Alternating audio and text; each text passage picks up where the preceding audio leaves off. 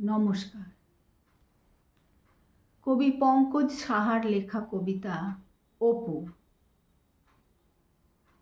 অপুর সঙ্গে আমার দেখা হলো সন্তোষপুরে চায়ের দোকানে। মাটির খুঁড়িতে চুমুক দিয়ে সে তাকালো মেঘ ভাঙা আকাশের দিকে। তার ছেঁড়া চটি, জামার রং বিবর্ণ, কদিনের না কাটা দাড়ি, কিন্তু চোখে অসীম বিস্ময়।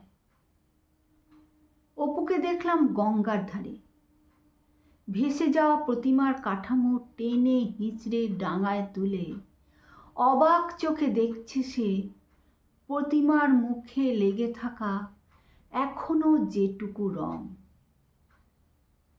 অপু নেমে এলো স্কুল বাস থেকে।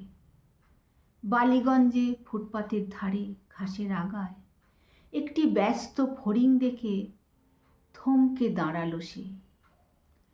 ছুটির খুশিতে দ্রুত ছুটে যাওয়া কিশোর কিশোরীদের পায়ের শব্দ ছাপিয়ে সে শুনছে ফড়িংয়ের পাখার গুনগুন।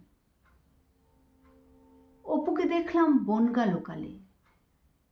কাশবন পেরিয়ে প্রথম রেলগাড়ি দেখা সেই বিস্মিত বালক ট্রেনের কামরায় ভিক্ষে চাইছে। তার হাতের আঙুলে, তার গ্রীবায়, তার চোখের পাতায়, এলোমেলো চুলে খেলে যাচ্ছে চঞ্চল আলো।